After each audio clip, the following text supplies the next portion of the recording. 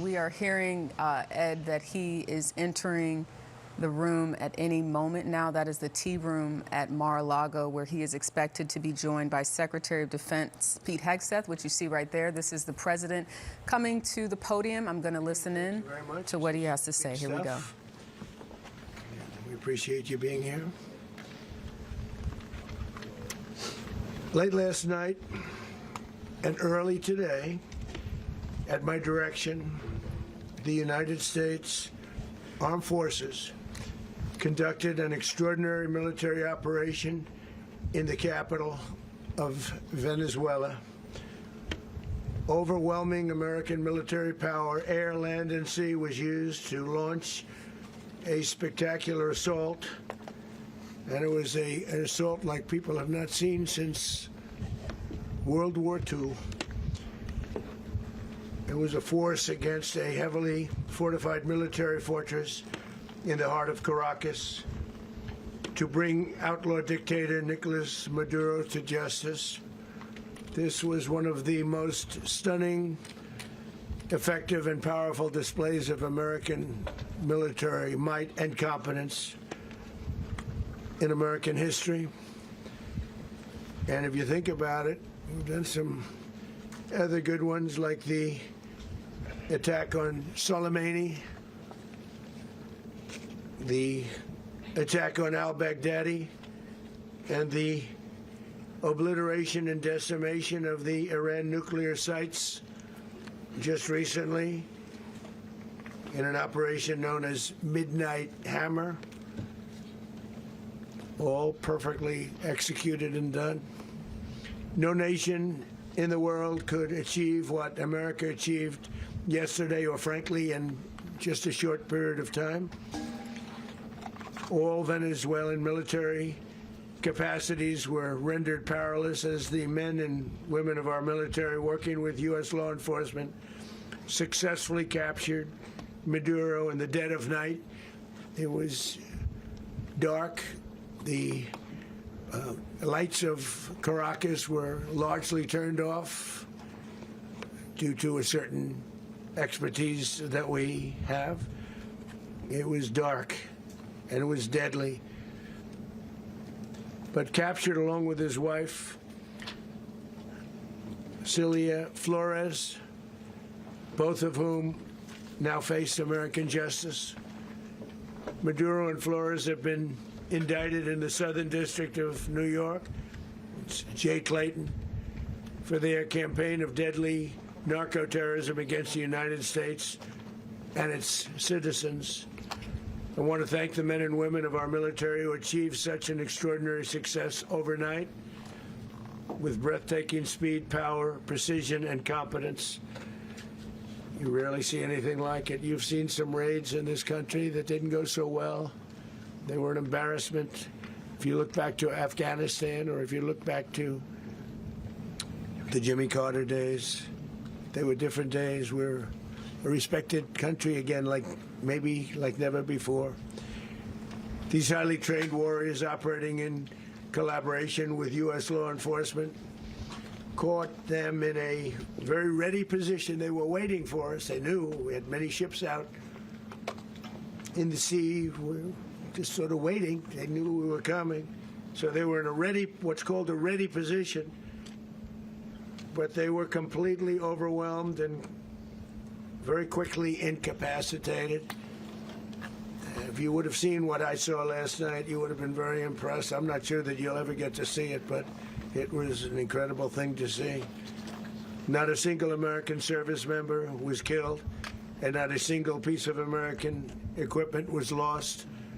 We had many helicopters, many planes, many people involved in that fight. But think of that, not one piece of military equipment was lost, not one service member was, more importantly, killed. The United States military is the strongest and most fearsome military on the planet by far, with capabilities and skills our enemies can scarcely begin to imagine. We have the best equipment anywhere in the world. There's no equipment like what we have, and you see that even if you just look at the boats. You know, we've knocked out 97% of the drugs coming in by sea. 90%. Each boat kills 25, on average, 25,000 people. We knocked out 97%. And those drugs mostly come from a place called Venezuela.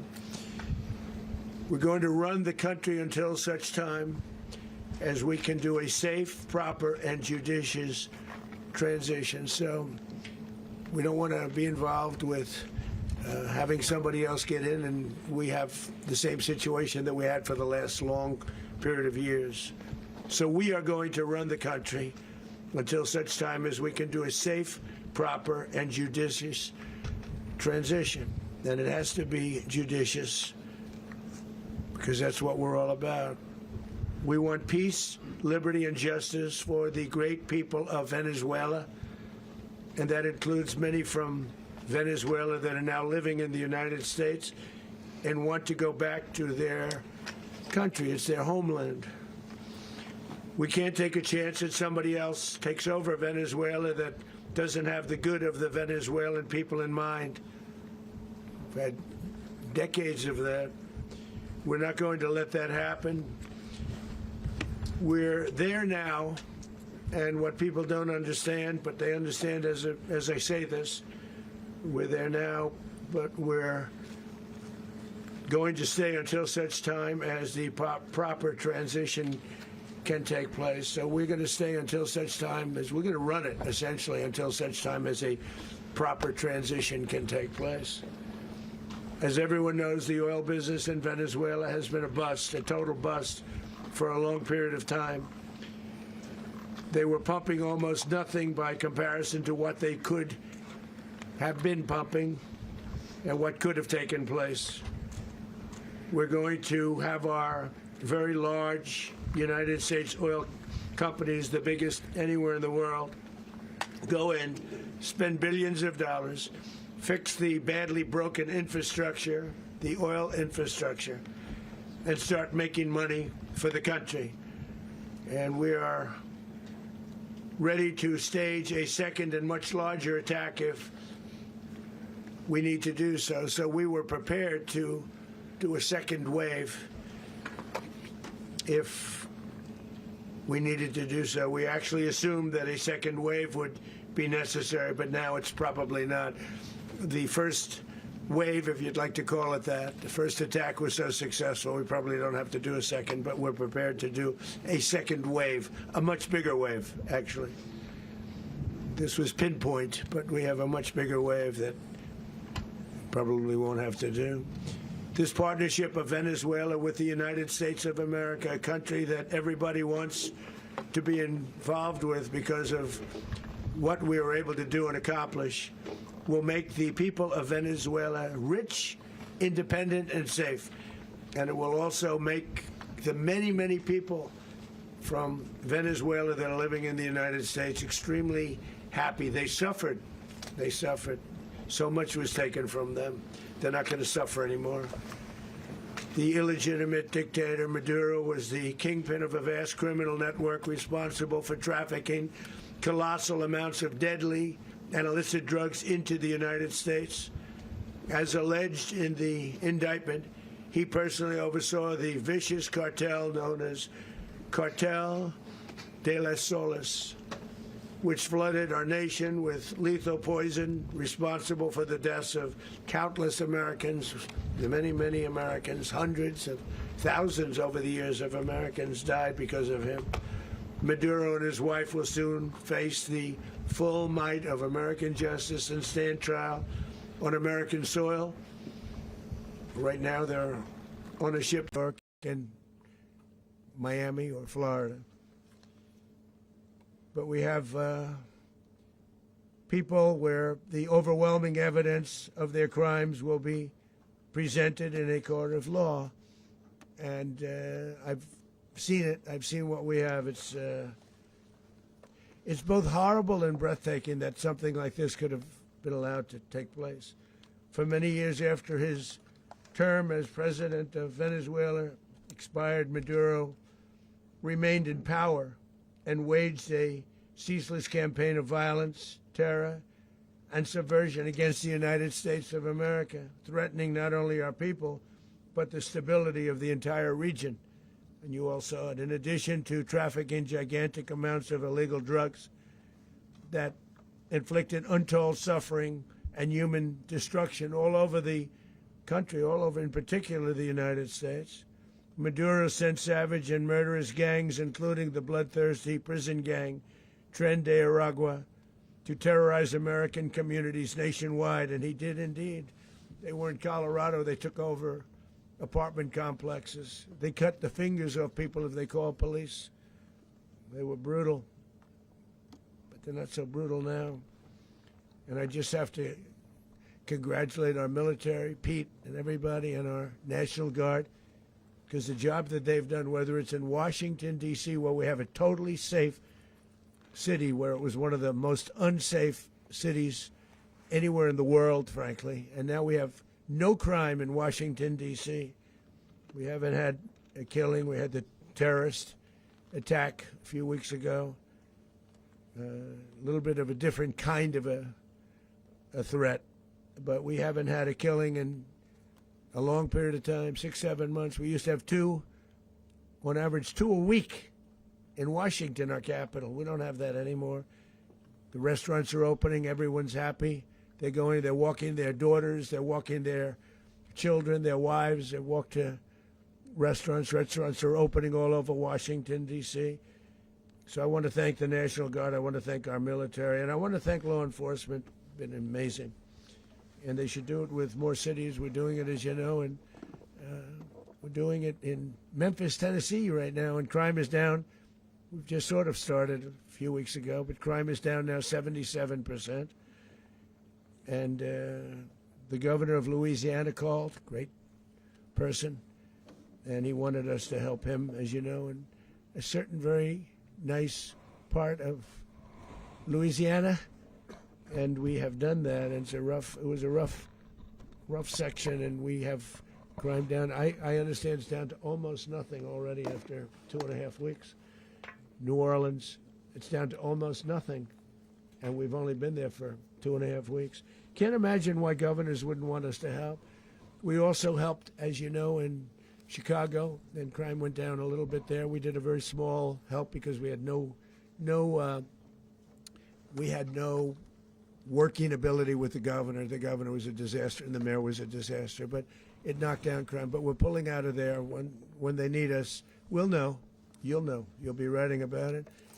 And likewise, Los Angeles, where we saved Los Angeles early on, where the head of the police department made a statement that if the federal government didn't come in, we would have lost Los Angeles. That's long after the fires. That's when they had the riots in Los Angeles. We did a great job. Got no credit for it whatsoever, but that's okay. It doesn't matter. We don't need the credit. But we'll be pulling out when they need us. They'll call, or we'll go back if we have to. We'll go back. But we did a great job in various cities. But the place that we're very proud of is Washington, D.C., because it's our nation's capital. We took it from being a crime-ridden mess to being one of the safest cities in the country. But the gangs that they sent raped, tortured, and murdered American women and children. They were in all of the cities I mentioned, Tren de Aragua. And they were sent by Maduro to terrorize our people, and now Maduro will never again be able to threaten an American citizen or anybody from Venezuela. There will no longer be threats. For years I've highlighted the stories of those innocent Americans whose lives were so heartlessly robbed by this Venezuelan terrorist organization. Really one of the worst. One of the worst, they say the worst. Americans like 12-year-old Jocelyn Nungary from Houston. Beautiful Jocelyn Nungary, what happened to her? They, as you know, they kidnapped, assaulted, and murdered by Tren de Aragua animals. They murdered Jocelyn and left her dead under the bridge. There was a bridge that will never be the same to so many people after seeing what happened. As I've said many times, the Maduro regime emptied out their prisons, sent their worst and most violent monsters into the United States to steal American lives. And they came from mental institutions and insane asylums. They came from prisons and jails. The reason I say both, they sound similar. Actually, prisons a little bit more hostile, a little bit tougher. A mental institution isn't as tough as an insane asylum, but we got them both. They sent from their mental institutions. They sent from their jails, prisons. They were drug dealers. They were drug kingpins. They sent everybody bad into the United States, but no longer. And we have now a border where nobody gets through. In addition, Venezuela unilaterally seized and stole American oil, American assets, and American platforms, costing us billions and billions of dollars. They did this a while ago, but we never had a president that did anything about it. They took all of our property. It was our property. We built it. And we never had a president that decided to do anything about it. Instead, they fought wars that were 10,000 miles away. We built Venezuela oil industry with American talent, drive, and skill, and the socialist regime stole it from us during those previous administrations, and they stole it through force. This constituted one of the largest thefts of American property in the history of our country. Considered the largest theft of property in the history of our country. Massive oil infrastructure was taken like we were babies, and we didn't do anything about it. I would have done something about it. America will never allow foreign powers to rob our people or drive us back into and out of our own hemisphere. That's what they did. Furthermore, under the now deposed dictator Maduro, Venezuela was increasingly hosting foreign adversaries in our region and acquiring menacing offensive weapons that could threaten U.S. interests and lives. And they used those weapons last night. Potentially in league with the cartels operating along our border. All of these actions were in gross violation of the core principles of American foreign policy, dating back more than 2 centuries, and not anymore. All the way back, it dated to the Monroe Doctrines, and the Monroe Doctrine is a big deal, but we've superseded it by a lot, by a real lot. They now call it the Monroe Document. I don't know. It's Monroe Doctrine. We sort of forgot about it. It was very important, but we forgot about it. We don't forget about it anymore. Under our new national security strategy, American dominance in the Western Hemisphere will never be questioned again. Won't happen. So just in concluding, for decades, other administrations have neglected or even contributed to these growing security threats in the Western Hemisphere. Under the Trump administration, we are reasserting American power in a very powerful way in our home region. And our home region is very different than it was just a short while ago. The future will be, and we did this in my first term. We had great dominance in my first term, and we have far greater dominance right now. Everyone's coming back to us. The future will be determined by the ability to protect commerce and territory and resources that are core to national security. These are core to our national security. Just like tariffs are, they've made our country rich, and they've made our national security stronger than ever before. But these are the iron laws that have always determined global power, and we're going to keep it that way. We will secure our borders, we will stop the terrorists, we will crash the cartels, and we will defend our citizens against all threats, foreign and domestic. Other presidents may have lacked the courage or whatever to defend America, but I will never allow terrorists and criminals to operate with impunity against the United States. This extremely successful operation should serve as warning to anyone who would threaten American sovereignty or endanger American lives. Very importantly, the embargo on all Venezuelan oil remains in full effect. The American Armada remains poised in position, and the United States retains all military options until United States demands have been fully met and fully satisfied. All political and military figures and Venezuela should understand what happened to Maduro can happen to them, and it will happen to them if they aren't just, fair, even to their people. The dictator and terrorist, Maduro, is finally gone, and Venezuela people are free. They're free again. It's been a long time for them, but they're free. America is a safer nation this morning. It's a prouder nation this morning because it didn't allow this horrible person and this country that was doing very bad things to us. It didn't allow it to happen. And the Western Hemisphere is right now a much safer place to be. So I want to thank everybody for being here. I want to thank General Raisin Kane. He's a fantastic man. I've worked with a lot of generals. I worked with some I didn't like. I worked with some I didn't respect. I worked with some that just weren't good. But this guy is fantastic. I watched last night one of the most precise attacks on sovereignty. I mean, it was an attack for justice. And I'm very proud of him, and I'm very proud of our Secretary of War, Pete Hegseth, who I'm going to ask to say a few words. Thank you very much. Mr. President, can you explain how the U.S. will run Venezuela? Well, thank you, Mr. President. Finally, a commander-in-chief the world respects and the American people deserve. And as the President said, words can barely capture the bravery and the power and the precision of this historic operation. A massive joint military and law enforcement raid flawlessly executed by the greatest Americans our country has to offer. American warriors are second to none, the best in the world and the best of our country. What all of us witnessed last night was sheer guts and grit, gallantry, and glory of the American warrior. I'm simply humbled by such men, and I tip my hat to our chairman, Dan Raisin Kane, and all those Americans who stood watch last night. Our warriors are the elite of America, and again, President Trump has your back. No other country on planet Earth, and it's not even close, could pull this kind of operation off.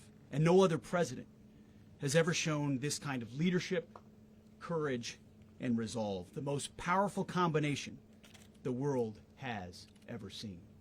As the President said, our adversaries remain on notice. America can project our will anywhere, anytime. The coordination, the stealth, the lethality, the precision, the very long arm of American justice, all on full display in the middle of the night. Nicolas Maduro had his chance, just like Iran had their chance, until they didn't and until he didn't. He effed around, and he found out. President Trump is deadly serious about stopping the flow of gangs and violence to our country, deadly serious about stopping the flow of drugs and poison to our people, deadly serious about getting back the oil that was stolen from us, and deadly serious about reestablishing American deterrence and dominance in the Western Hemisphere. This is about the safety, security, freedom, and prosperity of the American people. This is America first. This is peace through strength. And the United States War Department is proud to help deliver it. Welcome to 2026, and under President Trump, America is back. I'd like to welcome now our chairman, Chairman Raisin Kane, to give a few more details about the operation. Mr. Chairman.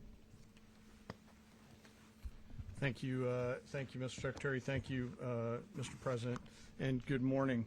Last night, on the order of the President of the United States and in support of a request from the Department of Justice, as the President said, the United States military conducted an apprehension mission in Caracas, Venezuela, to bring to justice two indicted persons, Nicolas and Cecilia Maduro.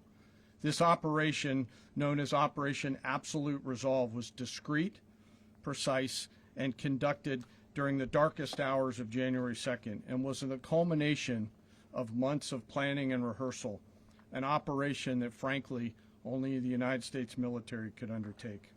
What I'd like to do this morning is talk to you through some of the preparation and the details without compromising any of our tactics, techniques, and procedures. There is always a chance that will be tasked to do this type of mission again. Our interagency work began months ago and built on decades of experience of integrating complex air, ground, space, and maritime operations. While the past 2 decades have honed the skills of our special operations forces, this particular mission required every component of our joint force, with soldiers, sailors, airmen, Marines, and Guardians working in unison with our intelligence agency partners and law enforcement teammates in an unprecedented operation. We leveraged our unmatched intelligence capabilities and our years of experience in hunting terrorists, and we could not have done this mission without the incredible work by various intelligence agencies, including the CIA, NSA, and NGA. We watched, we waited, we prepared, we remained patient and professional. This mission was meticulously planned, drawing lessons from decades of missions over the last many years, many missions over these last many years. This was an audacious operation that only the United States could do. It required the utmost of precision and integration within our joint force. And the word integration does not explain the sheer complexity of such a mission. An extraction so precise it involved more than 150 aircraft launching across the Western Hemisphere in close coordination, all coming together in time and place to layer effects for a single purpose: to get an interdiction force into downtown Caracas while maintaining the element of tactical surprise. Failure of one component of this well-oiled machine would have endangered the entire mission, and failure is never an option for America's joint force. Those in the air over Caracas last night were willing to give their lives for those on the ground and in the helicopters. Let me talk a little bit about the preparation. After months of work by our intelligence teammates to find Maduro and understand how he moved, where he lived, where he traveled, what he ate, what he wore, what were his pets, in early December, our force was set pending a series of aligned events. Key was choosing the right day to minimize the potential for civilian harm and maximize the element of surprise, and minimize the harm to the indicted personnel, so as the President said, they could be brought to justice. And as the President said earlier today, weather in Venezuela is always a factor this time of the year. And over the weeks through Christmas and New Year's, the men and women of the United States military sat ready, patiently waiting for the right triggers to be met and the President to order us into action. Last night, the weather broke just enough, clearing a path that only the most skilled aviators in the world could maneuver through. Ocean, mountain, low cloud ceilings, but when tasked with a mission, this organization does not quit. At 10:46 p.m. Eastern Time last night, the President ordered the United States military to move forward with this mission. He said to us, and we appreciate it, Mr. President, good luck and Godspeed. And those words were transmitted to the entire joint force. Over the course of the night, aircraft began launching from 20 different bases on land and sea across the Western Hemisphere. In total, more than 150 aircraft, bombers, fighters, intelligence, reconnaissance, surveillance, rotary wing were in the air last night. Thousands and thousands of hours of experience were airborne. Our youngest crew member was 20, and our oldest crew member was 49, and there's simply no match for American military might. As the night began, the helicopters took off with the extraction force, which included law enforcement officers, and began their flight into Venezuela at 100 feet above the water. As they approached Venezuelan shores, the United States began layering different effects provided by Spacecom, Cybercom, and other members of the interagency to create a pathway. Overhead, those forces were protected by aircraft from the United States Marines, the United States Navy, the United States Air Force, and the Air National Guard. The force included F-22s, F-35s, F-18s, EA-18s, E-2s, B-1 bombers, and other support aircraft, as well as numerous remotely piloted drones. As the force began to approach Caracas, the Joint Air Component began dismantling and disabling the air defense systems in Venezuela, employing weapons to ensure the safe passage of the helicopters into the target area. The goal of our air component is, was, and always will be to protect the helicopters and the ground force and get them to the target and get them home. As the force crossed the last point of high terrain where they'd been hiding in the clutter, we assessed that we had maintained totally the element of surprise. As the helicopter force ingressed towards the objective at low level, we arrived at Maduro's compound at 1:01 a.m. Eastern Standard Time, or 2:01 a.m. Caracas local time, and the apprehension force descended into Maduro's compound and moved with speed, precision, and discipline towards their objective, and isolated the area to ensure the safety and security of the ground force while apprehending the indicted persons. On arrival into the target area, the helicopters came under fire, and they replied with that fire with overwhelming force in self-defense. One of our aircraft was hit but remained flyable, and as the President said earlier today, all of our aircraft came home, and that aircraft remained flyable during the rest of the mission. As the operation unfolded at the compound, our air and ground intelligence teams provided real-time updates to the ground force, ensuring those forces could safely navigate the complex environment without unnecessary risk. The force remained protected by overhead tactical aviation. Maduro and his wife, both indicted, gave up and were taken into custody by the Department of Justice, assisted by our incredible U.S. military with professionalism and precision, with no loss of U.S. life. After securing the indicted persons, the force began to prep for departure.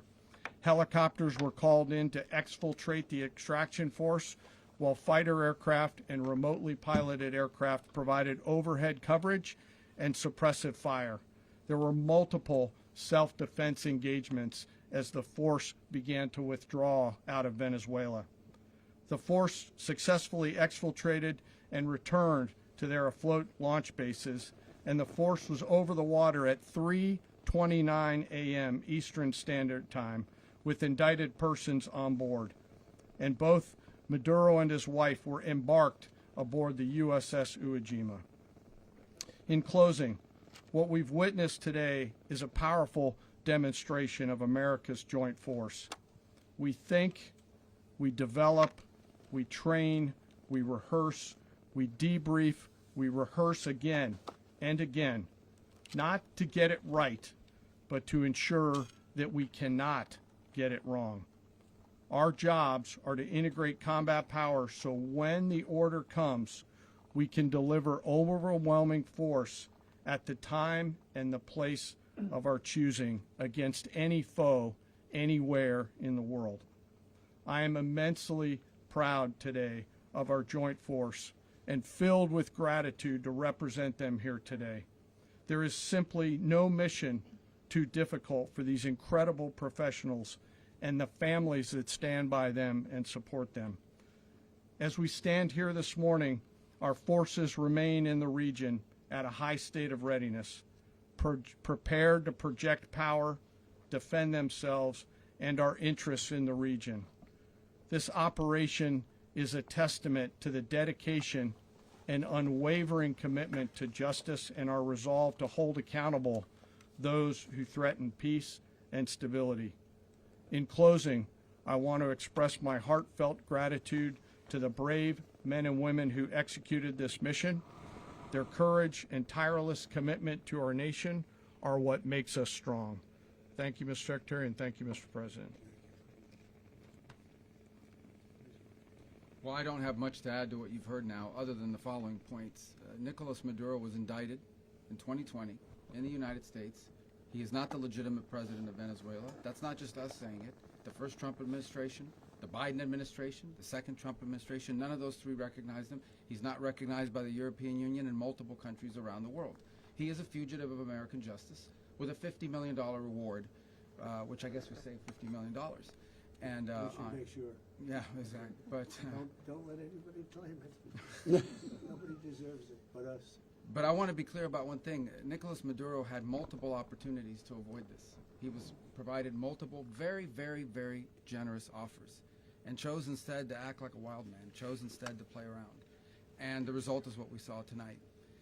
The other message here is the following. You have a guy, like many people around the world, they like to play games. You have a guy who decides he's going to invite Iran into his country, is going to, do the confiscation of American oil companies, is going to flood our country with gang members, is going to take Americans prisoner and try to hold them for hostage and trade them like he was able to do with the Biden administration.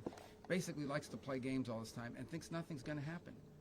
And I hope what people now understand is that we have a president. The 47th president of the United States is not a game player. When he tells you that he's going to do something, when he tells you he's going to address a problem, he means it. He actions it. I can tell you, I've watched this process now for 14, 15 years, been around it. Everybody talks. I'm going to do this. I'm going to do that. When I get there, we're going to do this. We're going to take. This is a president of action. Like, I don't understand yet how they haven't figured this out. And now, if you don't know, now you know. Because this is the way it's going to play out. And I think people need to understand that this is not a president that just talks and does letters and press conferences. And, if he says he's serious about something, he means it. And this is something that was a direct threat to the national interest of the United States, and the president addressed it. There's a president of peace, by the way. I told you what I just said earlier. This guy had multiple opportunities to find his way somewhere else and figure out another. He could have been living somewhere else right now very happy, but instead he wanted to play big boy. And so now, he's got other sets of problems on his hands. And but I think the message here should be for the world. Look, the president doesn't go out looking for people to pick fights with. He's not generally wants to get along with everybody. We'll talk and meet with anybody, but don't play games. Don't play games with this president's in office, because it's not going to turn out well. And so I hope that I guess that lesson was learned last night, and we hope it'll be instructive moving forward. Is that a message for Cuba? Mr. President. Mr. President. Mr. President. Mr. President. Mr. President. Mr. President, you said that the U.S. is going to run Venezuela. So who's in power right now? Well, we're going to be running it with a group, and we're going to make sure it's run properly. We're going to rebuild the oil infrastructure, which will cost billions of dollars. It'll be paid for by the oil companies directly. They will be reimbursed for what they're doing, but it's going to be paid. And we're going to get the oil flowing the way it should be. As you know, it was just a minor flow. It was actually a minor flow for what they have. But we're going to run it properly, and we're going to make sure the people of Venezuela are taken care of. We're going to make sure the people that were forced out of Venezuela by this thug are also taken care of. Mr. President. President, does the U.S. running the country mean that U.S. troops will be on the ground? How will that work? Well, they always say boots on the ground. So we're not afraid of boots on the ground if we have to have. We had boots on the ground last night at a very high level, actually. We're not afraid of it. We don't mind saying it. But we're going to make sure that that country is run properly. We're not doing this in vain. This is a very dangerous attack. This is an attack that could have gone very, very badly. Could have gone very badly. We could have lost a lot of people last night. We could have lost a lot of dignity. We could have lost a lot of equipment. The equipment is less important, but we could have lost a lot. And we're going to make sure that this is proper. We're there now. We're ready to go again if we have to.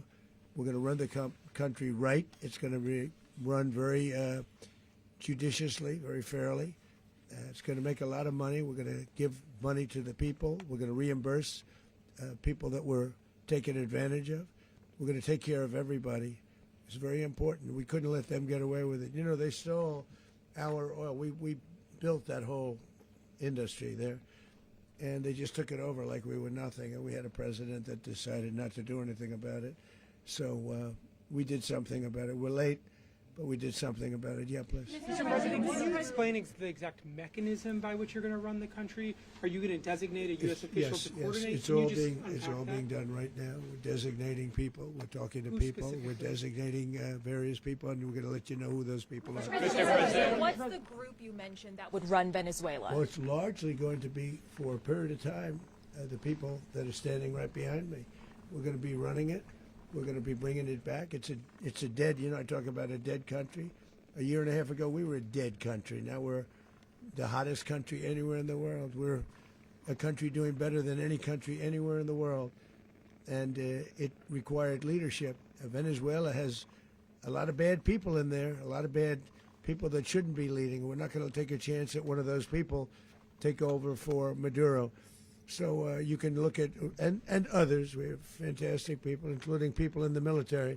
So we're going to have a group of people running it until such time as it can be put back on track, make a lot of money for the people, and give people a great way of life, and also reimbursement for people in our country that were forced out of Venezuela. So you're saying that Rubio would be. You said earlier today that you weren't going to back Machado to come back and be the opposition leader in your Fox and Friends interview. And then you also mentioned the vice president of Venezuela. Are you going to work with the vice president of Venezuela, or how do you foresee the relationship Well, going? I understand she was just sworn in, but she was, as you know, picked by Maduro. So Marco's working on that directly. He just had a conversation with her, and she's essentially willing to do what we think is necessary to make Venezuela great again. Very simple. Mr. President, Colombian President Gustavo Petro, a couple weeks ago, he said he's got to watch his ass. And today, he said he's not concerned about anything happening to him in the aftermath of this operation. So, just what your message is Well, about he that. has cocaine mills. He has factories where he makes cocaine. And, yeah, I think I stick by my first statement. He's making cocaine. They're sending it into the United States. So he does have to watch his ass. Mr. President, did you notify any members of Congress in advance? Marco, do you want to talk about that? Because you were involved. Sure. We call members of Congress immediately after. This was not the kind of mission that you can do congressional notification on. It was a trigger-based mission in which conditions had to be met night after night. We watched and monitored that for a number of days. So it's just simply not the kind of mission you can call people and say, hey, we may do this at some point in the next 15 days.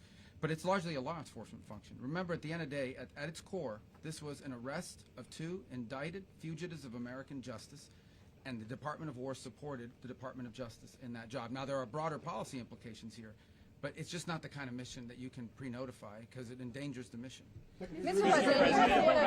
President, you're one of the only people who watch this live. Congress has a tendency to leak. This would not be good. If they leaked, General, I think it would have been maybe a very different result. But I have to say, they knew we were coming at some point, A lot of ships out there, they sort of knew we were coming. But Congress will leak, and we don't want leakage. You were one of the only people to watch this all play out live. What was Maduro doing when the U.S. forces entered what I assume would be his home? And also, was there any point where the U.S. was considering if Maduro pushed back or resisted killing Maduro? It could have happened. It could have happened. He was trying to get into a safe place. You know what a safe place is, all steel. And he wasn't able to make it to the door because our guys were so fast. They went through the opposition so fast. And there was a lot of opposition. People were wondering, do we get them by surprise? Sort of surprised, but they were waiting for something. It was a lot of opposition. There was a lot of gunfire. You saw some of it today. But he was trying to get to a safe place, which wasn't safe because we would have had the door blown up in about 47 seconds, they say on average, regardless of how thick the steel was. It was a very thick door. It was a very heavy door, but he was unable to get to that door. He made it to the door. He was unable to close it. So where is Maduro going to be in the time being? Go ahead, finish. Where is Maduro going to be in the time being right now? Do you know his exact Well, whereabouts? eventually, ultimately, in the near future, he's going to be brought to New York. And where is he going to be held? Where is he going to be held in New York? Do you know? That's going to be up to the officials that do these things. Mr. President, the U.S. has something of a mixed track record of ousting dictators without necessarily a plan for what comes afterwards. Not with Did me, that weigh on your decision Well, that's making? why we had different presidents, but with me, that's not true. With me, we've had a perfect track record of winning. We win a lot, and we win. If you look at Soleimani, you look at al-Baghdadi, you look at the Midnight Hammer. Midnight Hammer was incredible. Right now, you wouldn't have peace in the Middle East. We have essentially peace in the Middle East because of that. If we weren't successful with Midnight Hammer, you wouldn't have peace in the Middle East. So with me, you've had a lot of victory. You've had only victories. You've had no losses. Yeah. Mr. President, can you?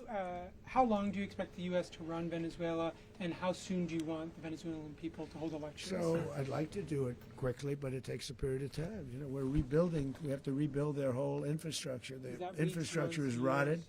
It's actually very dangerous. It's blow-up territory. Oil is very dangerous. It's a very dangerous thing to take out of the ground. Can kill a lot of people. It has killed a lot of people doing just that. The infrastructure is old. It's rotted. Much of it is stuff that we put there 25 years ago, and we're going to be replacing it. And we're going to take a lot of money out so that we can take care of the country. Are you saying that Secretary Rubio and Mr. President, China, Russia, and Iran have interests in Venezuela. How does this operation affect your relationships with them when it comes to the oil and the drugs? And Russia, Russia when we get things straightened out. But in terms of other countries that want oil, we're in the oil business. We're going to sell it to them. We're not going to say we're not going to. In other words, we'll be selling oil, probably in much larger doses because they couldn't produce very much because their infrastructure was so bad. So we'll be selling large amounts of oil to other countries, many of whom are using it now, but I would say many more will come. Are you saying that, Mr. President, are you saying that? Mr. President, thank you. What is your message to the people of Venezuela today? Of course, the civilian population specifically, they have a lot of questions. What is your message to the people of Venezuela? That you're going to have peace, justice. You're going to have some of the riches that you should have had for a long period of time. It was stolen from you. But you're going to have peace, and you're going to have safety. You're going to have justice. You're going to have a country. You're going to have a real country. You're going to have potentially a great country. You know, if you go back 20 years, maybe even a little longer ago, that was a great country, and they destroyed it. Remember I said that if we lose this election, the United States will be Venezuela on steroids. That's what would have happened. Had we lost the election, the 2024 election, we suffered so badly when you look at the border from 2020. What they did, what Joe Biden administration did to our country should never be forgotten. But if we had to go through another year of that, we wouldn't have. We would be exactly where Venezuela was in terms.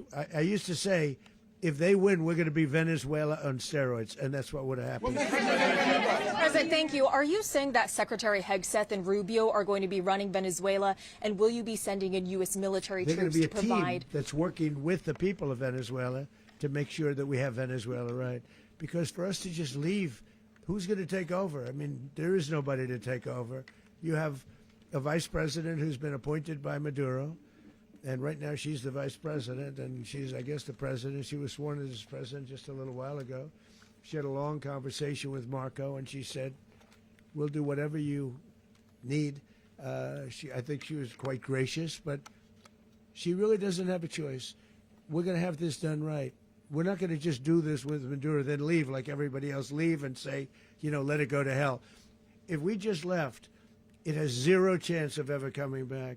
We'll run it properly. We'll run it professionally. We'll have the greatest oil companies in the world go in and invest billions and billions of dollars and take out money, use that money in Venezuela.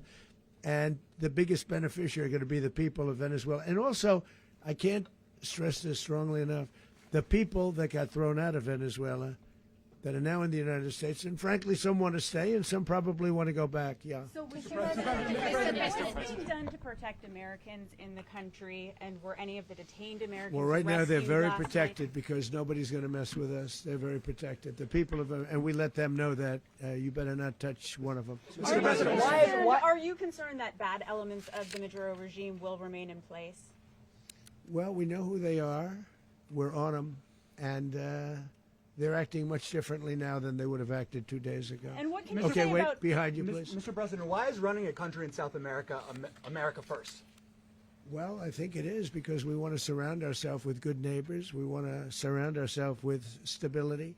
We want to surround ourselves with energy. We have tremendous energy in that country. It's very important that we protect it. We need that for ourselves. We need that for the world. And we want to make sure we can protect it. Mr. President. Yes, sir. Please, go ahead. Yeah, is there a message here for Cuba and Diaz-Canel? Well, Cuba is an interesting case. Cuba is, not doing very well right now. That system has not been a very good one for Cuba. The people there have suffered for many, many years. And I think Cuba is going to be something we'll end up talking about, because Cuba is a failing nation right now, very badly failing nation. And we want to help the people. It's very similar in the sense that we want to help the people in Cuba, but we want to also help the people that were forced out of Cuba and living in this country. Do you want to say something about that, Marco, please? Well, I mean, I just gave you a statement a few minutes ago about, when the president speaks, you should take him seriously. So suffice it to say, Cuba is a disaster. It's run by incompetent, senile men, and in some cases, not senile, but incompetent nonetheless. It has no economy. It's in total collapse. And by the way, they were, all of the guards that helped protect Maduro, this is well known, their whole spy agency, all that were full of Cubans. I mean, it's amazing. This poor island took over Venezuela in some cases. One of the biggest problems the Venezuelans have is they have to declare independence from Cuba. They tried to basically colonize it from a security standpoint. So, yeah, look, if I lived in Havana and I was in the government, I'd be concerned, at least a little bit. Cutting off the oil flow to Cuba from Venezuela? Well, the president already announced a week ago that anything that's sanctioned, it's sanctioned oil, it's not going to be allowed to get there. So that's an Mr. President. The answer is yes. Mr. President, you. Is the U.S. aware of the location of opposition leader Machado, and have you been in contact with her? No, we haven't. No, we haven't. Mr. President, how many hesitations about Machado? Mr. President, on Monday. Oh, I think it would be very tough for her to be the leader. She doesn't have the support within or the respect within the country. She's a very nice woman, but she doesn't have the respect to be the Mr. leader. President, is it possible that the U.S. ends up administrating Venezuela for years? Well, it won't cost us anything because the money coming out of the ground is very substantial, so it's not going to cost us anything. So the U.S. isn't going to dedicate any money to. Well, we want safety there. We want to be surrounded by countries that aren't housing all of our enemies all over the world. That's what was happening, and you don't want to have that. But we're going to be rebuilding, and we're not spending money. The oil companies are going to go in. They're going to spend money. We're going to take back the oil that, frankly, we should have taken back a long time ago. A lot of money is coming out of the ground. We're going to get reimbursed for all of that. We're going to get reimbursed for everything that we spend. So it's going to be a very important. This is a very big evening that took place last night. We have to be surrounded by safe, secure countries, and we also have to have energy. Very important. We have to have energy that's real energy, not where they're getting 4% and 5% of the energy out of the ground. You take a look. It was such a disaster. So what's going to happen with Venezuela, I think, over the next period of a year is going to be a great thing, and the people of Venezuela will be the biggest beneficiaries. Mr. President, on Monday, the U.S. military. Mr. President, thank you. What did you last speak to Maduro about when you spoke? And is the Well, U.S. I don't want to get war into with the Venezuela? conversations, but I did have conversations with him, and I said, you got to surrender. And I actually thought he was pretty close to doing so, but now he wished he did, yeah. Mr. President, can you explain, you said that Maduro is responsible for drug trafficking. You recently pardoned the former president of Honduras who was convicted on many drug trafficking. Can you explain how these two situations are different? And would you ever pardon Maduro? I endorsed, as you know, the winning president, the man who won in Honduras. I endorsed the man who won in Chile. I endorsed the man who won in Argentina. And we are doing very well with that whole group. What the man that I pardoned was, if you could equate it to us, he was treated like the Biden administration treated a man named Trump. That didn't work out too well for them. This was a man who was persecuted very unfairly. He was the head of the country. He was persecuted very unfairly. And there are a number of them. And we felt that it was a very unfair situation that happened to him. He's also a party member of the man who won. So obviously the people liked what I did. And one of the reasons that was done is because of the fact that the party in power felt very strongly that that man was treated very badly. I studied it very quickly, and then I studied it in great detail. I went to a lot of the people standing behind me, and they felt that that man was persecuted and treated very badly. That's why I gave him a pardon. Mr. President, you referenced boots on the ground earlier. Can you just sort of button this up? Do you envision the U.S. military having a presence in Venezuela as the U.S. runs that country? No, we're going to have a presence in Venezuela as it pertains to oil, because we have to have, we're sending our expertise in. So you may need something, not very much. But no, we're going to be taking out a tremendous amount of wealth out of the ground. and that wealth is going to the people of Venezuela and people from outside of Venezuela that used to be in Venezuela.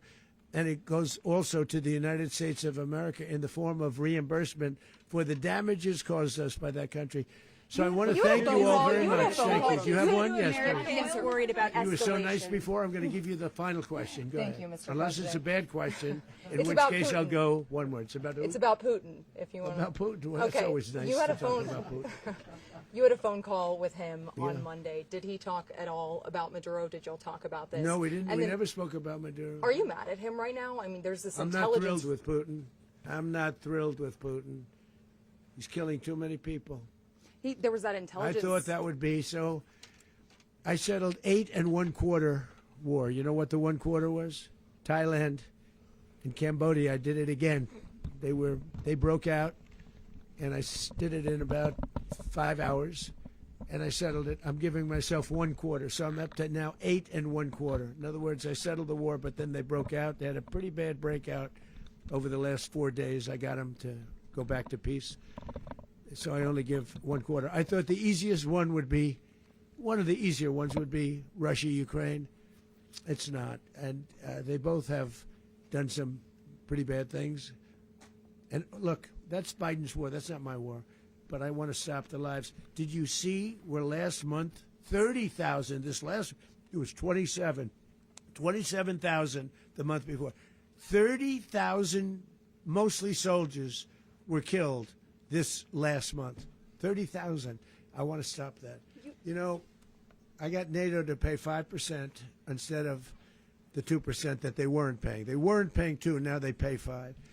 And we send them a lot of munitions. We send them a lot of things, missiles and various other things, a lot. And they pay. The United States is not losing money. We're probably making money on that. It's the last thing I care about. I just want to stop all those people. We're losing 25,000, 30,000 human beings. They come from 2 places that are very far away. But if I can stop, because it's something I've been pretty good at doing, deals, I guess. It's all a deal. Life is a big deal. But if I can stop that war and stop 30,000 young people, in addition to the fact that people are being killed in Kiev, people are being killed in other cities, you know, a much smaller number, but they're being killed, viciously killed.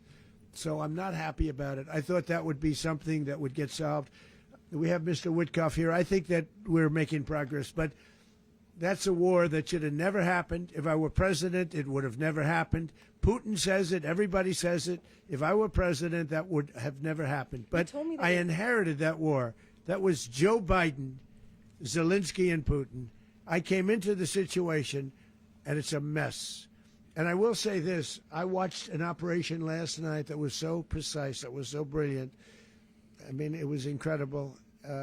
If we had our people, like this general and our people involved, that war would not have gone on very long, that I can tell you. That war, to use an old term, that war has become a bloodbath, and we want it to get stopped. Thank you very much.